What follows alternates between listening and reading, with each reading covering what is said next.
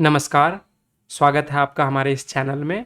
आज के वीडियो में हम लोग इंटरमीडिएट एग्जामिनेशन 2023 के तीसरे लेक्चर को डिस्कस करेंगे। इसमें हम लोग ऑब्जेक्टिव प्रॉब्लम को डिस्कस कर रहे हैं और ऑब्वियसली बिहार बोर्ड के प्रॉब्लम को, मैथमेटिक्स के प्रॉब्लम को डिस्कस कर रहे हैं। पिछले वीडियो लेक्चर में हम लोग 10-10 का 2 वीडियो देखे थे। अब ये हमारा उससे 20 के बाद यानी 21 ऑनवर्ड्स ये है। तो पहला प्रॉब्लम देखते हैं। इसमें कुछ करने का है नहीं, ये सिंपल 1/1 का मैट्रिक्स है और ये 1/2 का मैट्रिक्स है, यानी एक रो 2 कॉलम। इसमें क्या है, एक रो 1 कॉलम। तो ये एकदम सिंपल सा, इसमें सीधे हम मल्टीप्लाई करेंगे और मल्टीप्लाई करने के बाद ये एज इट इज -1 और ये +1 आ जाएगा, जो कि हमारा आंसर जो है वो है बी। ठीक है, हम लोग मल्टीप्लिकेशन के बारे में सीखे थे कि अगर ए कोई मैट्रिक्स I क्रॉस J है और दूसरा मैट्रिक्स अगर J क्रॉस K है, तो पहली बात कि ये दोनों तो मैच करना ही चाहिए। J अगर ये जितना रहेगा, अगर ये J है तो ये भी J रहना चाहिए। जो रिजल्ट बनेगा दोनों के मल्टीप्लिकेशन से, वो रिजल्ट जो C मैट्रिक्स होगा वो I क्रॉस K होगा। अगर यहां भी देखें तो ये 1 क्रॉस 1 है, 1 क्रॉस 1, और इस मैट्रिक्स को हम लोग मल्टीप्लाई करे थे 1 क्रॉस 2 से। ये दोनों मैच करना चाहिए था और रिजल्ट जो बचा 1 क्रॉस 2 ये रिजल्ट होगा, जो कि रिजल्ट हमारा यहाँ पे ये रिजल्ट है। ठीक है, तो इसीलिए हमारा आंसर इसका बी सही है। सिंपल सा आंसर है और एकदम बेसिक कंसेप्ट है। ये हमसे बस एक चीज जानना चाहता है कि हम मैट्रिक्स को किसी स्केलर क्वांटिटी से मल्टीप्लाई करते तो उससे क्या होता है, इसके बारे में हमको पता है कि नहीं है। जैसे हमको अगर ए कोई मैट्रिक्स अगर है, मान लेते हैं 1 2 3 4, अगर इसमें किसी कांस्टेंट से अगर मल्टीप्लाई होता है तो वो सारे टर्म से मल्टीप्लाई हो जाता है। अनलाइक डिटर्मिनेंट में एक कॉलम या एक रो में मल्टीप्लाई होता था, इसमें क्या होगा, सारे से मल्टीप्लाई हो जाएगा। तो ये हो जाएगा a 2a 3a 4a। Similarly ये अगर है तो इसको हम सिंपली लिख सकते हैं, 3 से अंदर मल्टीप्लाई होगा तो 3 7 जा 20, यानी कि 7 3 21, और ये -6, ये 24 और ये 0। तो हमारा 21 -6 24 और 0 ये आंसर इसका सही आंसर है। अगले प्रॉब्लम पे चलते हैं। इस प्रॉब्लम को, ये सारा प्रॉब्लम जो है लीनियर प्रोग्रामिंग का प्रॉब्लम है और ये हमको मतलब ये एक तरह से अच्छा भी है। वैसे हम लोग इस चीज से परिचित हैं, लेकिन हम मैक्सिमम और मिनिमम वैल्यू निकालने के लिए परिचित नहीं है। तो हम 30 सेकेंड में इसका हम कंसेप्ट को ब्रीफली डिस्कस कर लेते हैं। इसमें जो भी लाइन वगैरह होता था उसको हम लोग पहले ड्रॉ करते थे। जैसे इसको ड्रॉ कर लिए, ड्रॉ करने के बाद हम रीजन देखते हैं कि रीजन इनक्लोज्ड है कि नहीं है। इस केस में इनक्लोज रीजन है। उससे जो कॉर्नर पॉइंट बनता था उस सारे कॉर्नर पॉइंट को मार्क कर लेंगे, और कॉर्नर पॉइंट को मार्क करने के बाद उस पॉइंट पे हमारा जो ऑप्टिमाइजेशन फंक्शन इसको बोलते हैं, वो हमारा जो फंक्शन है उसका वैल्यू चेक करते हैं। और अगर हमसे हाईएस्ट वैल्यू यानी अधिकतम मान अगर पूछा गया है, मैक्सिमम वैल्यू, तो हम मैक्सिमम निकालेंगे। अगर मिनिमम पूछा है तो मिनिमम निकालेंगे। ये हमारा कंसेप्ट हुआ। हमारा इक्वेशन क्या है, x + y < 25। तो पहले हम क्या करते हैं, इसके लिए हम ग्राफ पेपर लगाए हैं, तो इसमें 25 तो ग्राफ आएगा ही नहीं। तो हम एक काम करते हैं, यही ड्रॉ कर लेते हैं, रफ स्केलिंग कर लेते हैं। वो बहुत बड़ा है, इस कारण से हम उसमें स्केल नहीं करे हुए हैं उस ग्राफ को। तो ये अगर मान लेते हैं कि x + y जो है, x + y, देखिए अगर इक्वल टू लिखेंगे तो ये 25 ये लाइन होगा, और अगर ये लेस देन लिखेंगे तो ये रीजियन होगा। कैसे होगा उसका हम सिंपल ट्रिक बताते हैं। जो हमारा इनइक्वलिटी दिया हुआ है, इनइक्वलिटी को हम लिखेंगे और उसमें हम कोई पॉइंट चूज करेंगे, और सबसे कन्वीनियंट पॉइंट होता है ऑरिजिन। लेकिन ऑरिजिन तो इधर ऑरिजिन हम डाल के एक बार चेक करते हैं। तो 0 + 0 < 25, यानी कि 0 ऑरिजिन जो है इस रीजन में आ सकता है। तो हम लोग क्या करेंगे, इसको ऐसे मार्क कर देंगे, इसको ऐसे मार्क कर देंगे, यानी कि इसके इस लाइन के नीचे वाला रीजन। अब हमारे साथ और भी कंस्ट्रेन है, और भी हमारे पास, इसको क्या बोले हैं, कंस्ट्रेन को व्यवरोध बोले हैं। ठीक है, इस कंस्ट्रेन में क्या है, x > 0। तो x > 0 का मतलब इस डायरेक्शन में देख लीजिए, ये 0 0 का पॉइंट है, और इधर x एक्सिस है, पॉजिटिव x एक्सिस, इधर निगेटिव एक्स एक्सिस, इधर पॉजिटिव वाई एक्सिस और इधर निगेटिव वाई एक्सिस। ठीक है, तो हम लोग x ग्रेटर देन 0 का मतलब कि इस तरफ का पॉइंट, और y ग्रेटर देन 0 का मतलब कि इस तरफ का पॉइंट। अब देखिए इस तीनों में जो कॉमन रीजन आएगा वो ये रीजन आएगा। इस रीजन में देखिए x इधर है, y भी पॉजिटिव है और इस लाइन के नीचे है, इस लाइन के नीचे है। तो हमारा ये बन गया, इसको बोलते हैं फिजिबल रीजन। मतलब कि ये वो रीजन है जिसमें हम तीनों शर्तों को फुलफिल करते हुए, जैसे हमको हमारे पास कंस्ट्रेन लगा हुआ है कि ये तीनों इक्वेशन सेटिस्फाई होना चाहिए, और उस रीजन में z का सबसे बड़ा value z is equal to 6x plus 3y। Linear programming जब आप सीखिएगा तो आपको पता चलेगा कि क्लोज्ड रीजन में, क्लोज्ड जो हमारा ये एकदम क्लोज्ड रीजन है, ओपन रीजन नहीं है, क्लोज्ड रीजन में हमारा जो मैक्सिमम, ऑप्टिमम बोलते हैं उसको, ऑप्टिमम का मतलब होता है कि चाहे वो मैक्सिमम हो या मिनिमम हो, जो ऑप्टिमम वैल्यू है वो हमेशा कॉर्नर पॉइंट पे मिलता है। ये एक थ्योरम है, इसको आप एनसीईआरटी में भी देख सकते हैं। तो कॉर्नर पॉइंट हमारे पास क्या क्या हुआ, इस पॉइंट तो हमारा ओरिजिन पहले से पता है। इस पॉइंट को देखें तो x प्लस वाई 25 है, तो ये हो जाएगा 25 0। इसको कैसे करेंगे, इसका एक सिंपल तरीका है।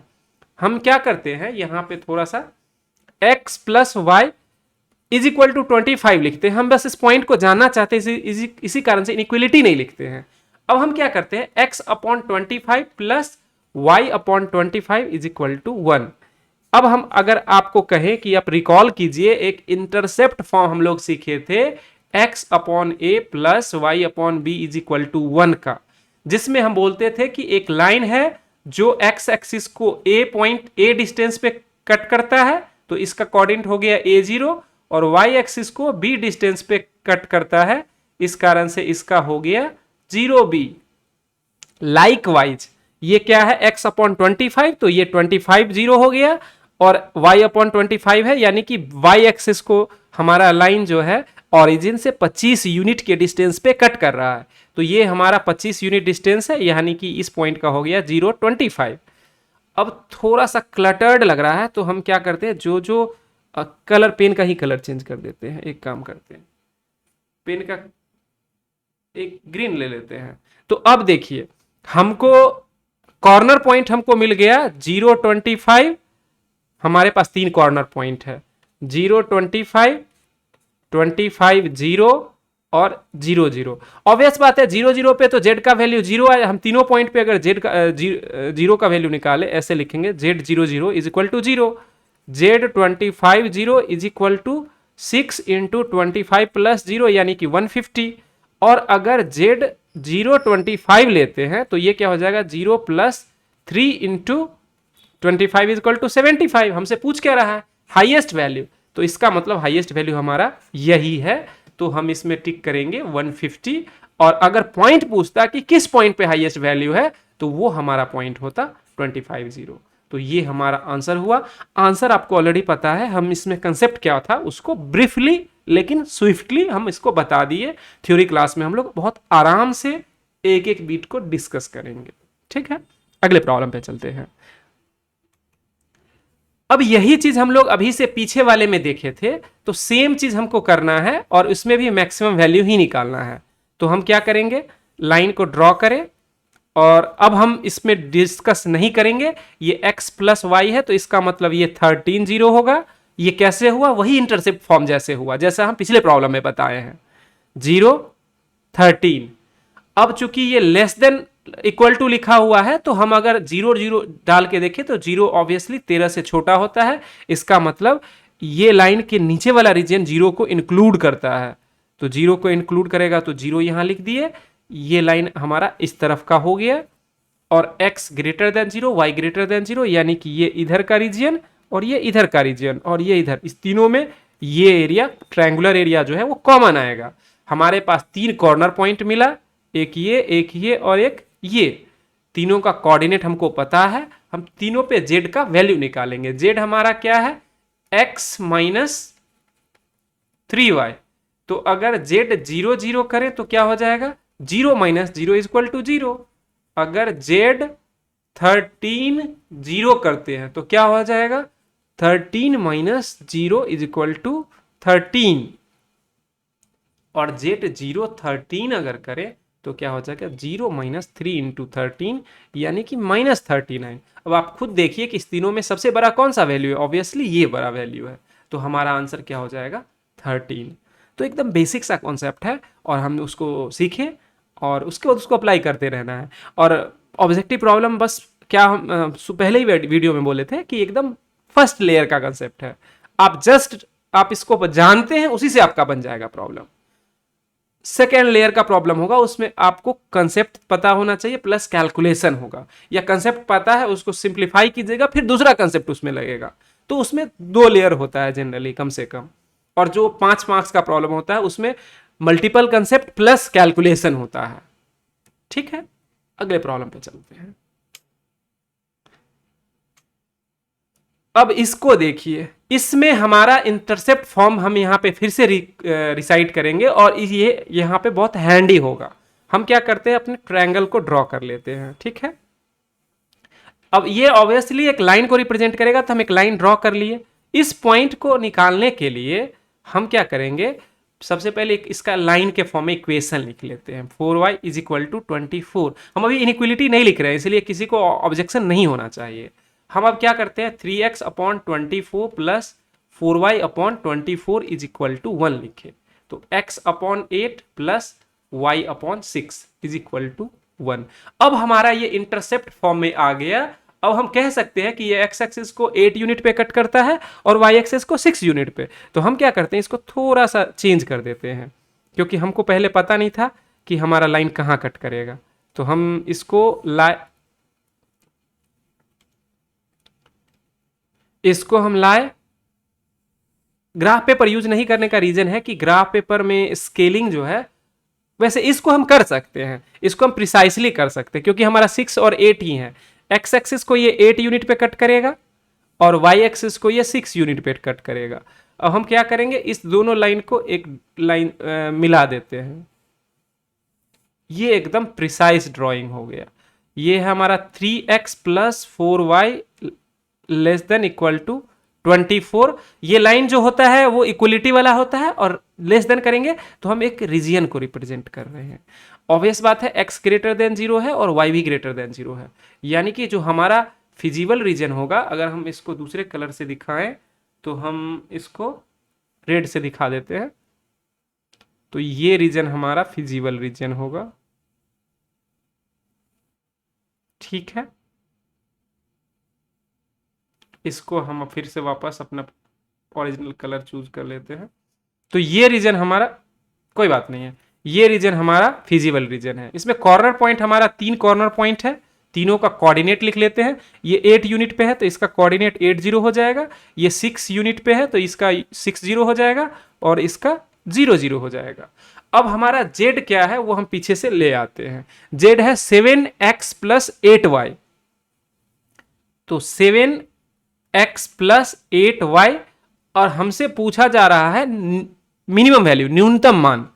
तो मिनिमम वैल्यू तो हम पहले z पे तीनों का वैल्यू कैलकुलेट करते हैं। z 00 क्या हो जाएगा 0, z 80 ये क्या हो जाएगा 8 इंटू 7 प्लस 0, 7 8 जा यानी कि 7 8 56, और ये क्या है 06, तो ये क्या हो जाएगा 0 से 0 और 6 8 जा 40, मतलब 6 8 48, 8 गुने 6 8 6 48 यानी कि 48। तो हमको अब पता, तीनों वैल्यू पता चल गया, एक वैल्यू ये, दूसरा वैल्यू ये। हमसे पूछ रहा है मिनिमम वैल्यू, तो इसका मिनिमम वैल्यू जो होगा वो 0 हो जाएगा। ठीक है, और ऑप्शन चेक कर लेते हैं। तो ऑप्शन में हमको मिनिमम वैल्यू 0 है, यानी कि हमारा आंसर जो हो गया वो हो गया सी। फेयरली सिंपल प्रॉब्लम है और हम लोग वही कंसेप्ट को यूज करे हैं, बस हाँ यहाँ पे मैक्सिमम के जगह पे मिनिमम निकालना था। अगले प्रॉब्लम पे देखते हैं। ये डॉट प्रोडक्ट है, और डॉट प्रोडक्ट जब भी करेंगे, जैसे पिछले वीडियो में एक डॉट प्रोडक्ट का प्रॉब्लम था, उसमें आईजे के को आगे पीछे कर दिया गया था, पहली बात। दूसरी बात कि यह नोटेशन जो है, वैसे आइडियली आई पे कैप लगाना चाहिए, क्योंकि ये यूनिट वेक्टर को रिप्रेजेंट करता है। यूनिट वेक्टर मतलब ऐसा वेक्टर जिसका मैग्नीट्यूड अगर हम लें तो 1 आए। ये वेक्टर नोटेशन है और ये वेक्टर भी है लेकिन ये यूनिट वेक्टर है, तो आइडियली ये होना चाहिए। अगर ये करा है तो हम इसी को यूज करेंगे। उसमें हम लोग क्या देखे थे कि IJ के ऑर्डर को स्विच करा गया था, हम उस चीज का ध्यान रखेंगे ताकि हम जब मल्टीप्लाई करें उस समय हमसे गलती ना हो। यहाँ पे ऑर्डर सही है तो हम सिंपली मल्टीप्लाई करेंगे।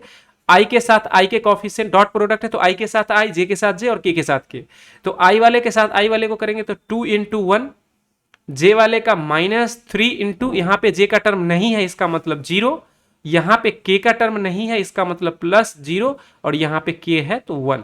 अब हम इसको सिंप्लीफाई करें तो 2 - 0 + 0 = 2। ये डॉट प्रोडक्ट का हमारा आंसर आ गया, तो हमारा आंसर हो गया ए ऑप्शन जो है वो राइट ऑप्शन है। अगले प्रॉब्लम पे चलते हैं। 2 tan इनवर्स x। अब देखिए tan इनवर्स ट्रिग्नोमेट्रिक फंक्शन जो है वो बहुत ही अच्छा कंसेप्ट है और ये आपको कैलकुलस में भी मिलेगा और ट्रिग्नोमेट्री में भी मिलेगा। ये बहुत ही रूडिमेंट्री, मतलब रूडिमेंट्री का मतलब बहुत ही बेसिक लेवल का प्रॉब्लम है, ट्रिवियल टाइप का साधारण प्रॉब्लम है। तो हम देखते हैं इसको, हम इसको प्रूफ ही कर लेते हैं। ये लिखने का मतलब हुआ कि x का वैल्यू जो है वो -1 से 1 के बीच है, जो कि ठीक है। हमारा tan इनवर्स x वैसे भी x सारे रियल के लिए वैलिड होता है, तो हमको इससे कोई दिक्कत नहीं है, ठीक है। हम अब आगे देखते हैं 2 tan इनवर्स x। हम क्या करते हैं, लेट मान लिया या माना कि लिखने का आदत छूट गया है, माना कि tan इनवर्स x जो है वो है थीटा, तो x = हो जाएगा tan थीटा, ठीक है। अब हम क्या करते हैं, sin 2 थीटा का फॉर्मूला लगाते हैं। अब देखिए यहां पे हमारे पास दो चीज दिमाग में आएगा, या तो sin 2 थीटा का या tan 2 थीटा का आएगा, क्योंकि हमारे पास क्या है, tan है और sin है, cos भी है। हम तीनों का सोच सकते हैं, लेकिन हमको सबको सोचना है tan के फॉर्म में। एक काम करते हैं, तीनों का फॉर्मूला tan के फॉर्म में लिखते हैं। तो अगर इसका लिखेंगे तो ये हो जाएगा 2 tan theta upon 1 + tan square theta. यहां पे tan थीटा हमारा x है तो 2x upon 1 + x square. cos 2 theta लिखते हैं तो cos 2 थीटा क्या हो जाएगा, 1 - tan square theta upon 1 + tan square theta. इसको अगर x के फॉर्म में लिखे तो 1 - x square upon 1 + x square, और tan का भी फॉर्मूला लिख लेते हैं तो हो जाएगा 2 tan थीटा अपॉन 1, इसमें माइनस होता है, साइन और tan में यही डिफरेंस है, इसमें 1 - tan स्क्वायर थीटा होता है। इसको आप सिंप्लीफाई कीजिएगा, आ जाएगा, एकदम सिंपल है, ठीक है। तो इसको लिखेंगे 2x अपॉन 1 - x स्क्वायर। अब आप खुद ही देखिए कि अगर हम इसमें सबसे सिमिलर कौन लग रहा है, सबसे मैच करने वाला ये लग रहा है। अब हम इसको थोड़ा सा सिंप्लीफाई कर लेते हैं। अगर हम लिखे 2 theta = sine inverse 2x upon 1 + x square, और ये इसको एक बार और लिखेंगे तो 2 और थीटा के जगह पे लिखेंगे tan inverse x = sine inverse 2x upon 1 + x square. ये हमारा हो गया आंसर, ये बी आंसर सही है। इसका एक आंसर और भी हो सकता है, cos inverse 1 - x square upon 1 + x square. दूसरा आंसर ये भी हो सकता है। तीसरा answer tan inverse 1 - x square upon 1 + x square. तो सॉरी, ये नहीं, 2x अपॉन 1 - x स्क्वायर, ठीक है। तो बहुत सारा पॉसिबिलिटीज है, हमारा ऑप्शन जो है ये सही ऑप्शन है और हम इसको इस तरीके से अप्रोच करेंगे, ठीक है। अगले प्रॉब्लम पे चलते हैं। इस प्रॉब्लम को देखिए, इसमें क्या कर रहा है, कॉट इनवर्स। तो इसका हम वैसे अगर फॉर्मूला लगाना चाहे तो हम डायरेक्ट फॉर्मूला लगा सकते हैं, लेकिन हम थोड़ा सा इसको सिंप्लीफाई कर लेते हैं। तो हमको जब कॉट दिया हुआ है तो हम tan कॉट में रिलेशन पहले लिखते हैं, tan π/2 - थीटा = कॉट थीटा। अब यहां पे हम क्या करते हैं, कॉट इनवर्स x को थीटा मान लेते हैं, तो x = क्या हो जाएगा, कॉट थीटा। यहां पे लेट, अब इस चीज को हम यहां प्लग इन करते हैं, तो प्लग इन करेंगे तो क्या हो जाएगा, tan π/2 - थीटा को हम लोग tan थीटा हम किस चीज को माने हैं, कॉट इनवर्स x को, तो यहां पे लिखते हैं कॉट इनवर्स x, और कॉट थीटा क्या है, x। तो एक स्टेप और अगर बढ़ाएं तो π/2 - cot inverse x = tan inverse x। ये आ गया, इसको हम अगर लिखना चाहे रीराइट करें तो इसको इधर कर देंगे, इसको इधर कर देंगे। फिर हमसे कोई पूछ सकता है कि सर आप डायरेक्टली हम कॉट ही, ये आ गया यानी कि आंसर सी। तो उससे कोई पूछे कि सर आप डायरेक्टली कॉट क्यों नहीं लिए, एकदम ले सकते हैं, लेकिन ये चीज हमको पहले से नहीं पता है। लेकिन tan के इनवर्स में हमको जब भी साइन कॉस tan पढ़ाया जाता है तो हम लोग पहले साइन को पढ़ते हैं, फिर कॉस को, फिर tan को पढ़ते हैं। कॉट जो है generally cot pi by 2 minus theta is equal to tan theta हम जनरली नहीं लिखते हैं, और बस इसी कारण से लिखने के लिए आप लिख सकते हैं और एकदम सही होगा, और वैसे भी हम लोग कर सकते हैं। तो हमारा ये आंसर इसका हो गया सी। अगले प्रॉब्लम को देखते हैं। ये प्रॉब्लम भी एकदम फेयरली सिंपल है। इसमें बस हमको क्या करना है, let tan inverse x is equal to a, तो x is equal to tan a, और tan inverse y is equal to b, यानी कि y is equal to tan b। अब हम क्या करते हैं, tan a प्लस b निकालते हैं, tan a प्लस b। तो क्या हो जाएगा, tan a plus tan b upon 1 minus tan a tan b। अब देखिए इस चीज को हम लोग tan a tan b को एक्स वाई के फॉर्मेट में लिख सकते हैं, x plus y upon 1 minus x y. इसमें से tan को अगर उस तरफ ले जाए तो वो इनवर्स हो जाएगा, तो a plus b is equal to tan inverse x plus y upon 1 minus x y. इसको अगर लिखे तो a प्लस बी क्या हो जाएगा, tan inverse x plus tan inverse y is equal to tan inverse x plus y upon 1 minus x. ये हमारा result आ गया। हमसे पूछ रहा है इसका वैल्यू, तो डेफिनेटली हमारा इसका आंसर डी होगा। एकदम फेयरली सिंपल है। बस हमको tan इनवर्स x और tan इनवर्स y को ए बी या कोई भी दूसरा वेरिएबल मानना है और उसका tan के उसमें tan का फॉर्मूला लगाना है, हमारा रिजल्ट आराम से आ जाएगा। वैसे बहुत सारे को फॉर्मूला डायरेक्टली याद होगा, वो डायरेक्ट भी टिक कर सकते हैं। यहाँ पे अगर हम प्रॉब्लम को देखें तो मेरे मन में डायरेक्टली क्या आएगा, sine inverse sine 2 pi upon 3, और ये बेसिकली हमारा एक फंक्शन है y है। ये इज इक्वल टू, हमको डायरेक्टली मन करेगा कि साइन इनवर्स है और साइन एक्स है, तो हम इसको कैंसिल कर दें और सीधे लिख दें 2 पाई बाई 3, जो कि गलत होगा। क्यों गलत होगा, क्योंकि जो हमारा ये फंक्शन है साइन इनवर्स फंक्शन, उसका जो रेंज होता है वो माइनस पाई बाई 2 से पाई बाई 2 के बीच होता है। ये कहने का मतलब ये हुआ कि -9, इसका जो भी वैल्यू होगा वो -90 से लेके +90 के बीच आना चाहिए, और 2 पाई बाई 3 जो है ये 120 डिग्री होता है। इसका मतलब कि इसका वैल्यू डायरेक्ट ये लिखना गलत होगा, क्योंकि ये इसके रेंज में नहीं आएगा। तो इस केस में हम लोग क्या करेंगे, हम लोग सिंपली क्या करेंगे, एक तो इसका फॉर्मूला अगर हम यूज करना चाहें तो साइन जो है सेकेंड क्वाड्रेंट में अगर है तो हमारा थीटा जो है वो पाई माइनस थीटा हो जाता है, जो हम लोग पढ़े हैं आर्ग्यूमेंट निकालने में कि इस केस में हम लोग पाई बाई थीटा निकालते थे। तो हम ऐसा कर सकते हैं कि साइन इनवर्स 2/3 है, तो इसको हम लिखेंगे पाई माइनस जो हमारा थीटा का वैल्यू है 2 पाई अपॉन 3, यानी कि पाई अपॉन 3। एक तो ये लिख सकते हैं। अगर मान लेते हैं ये समझ में नहीं आ रहा है तो हम क्या करेंगे, हम बेसिक्स को फॉलो करेंगे। बेसिक्स में क्या है, sine inverse sine 2 pi upon 3, इसका वैल्यू 2 पाई अपॉन 3 कहां पे है, सेकेंड क्वाड्रेंट में, यहां पे एंगल होता है और सेकेंड क्वाड्रेंट में साइन पॉजिटिव होता है, इसलिए साइन 2 पाई अपॉन 3 जो होता है वो पाई बाई 3 के ही जैसा होता है। पाई बाई 3 का कितना वैल्यू होता है, √3 अपॉन 2। तो ये वैल्यू हो जाएगा साइन इनवर्स √3 अपॉन 2। अब देखिए साइन इनवर्स में जो होता है, जो अंदर में साइन इनवर्स का जो आर्ग्यूमेंट के अंदर होता है टर्म, वो टर्म हमारा x जो है वो होना चाहिए -1 से 1 के बीच, और √3 अपॉन 2 कितना होता है, 1.732 अपॉन 2 के करीब, जो कि 7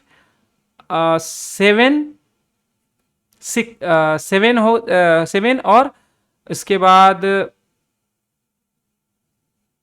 0.8 होता है ना, एक 1.7 0.8 के आसपास होता है।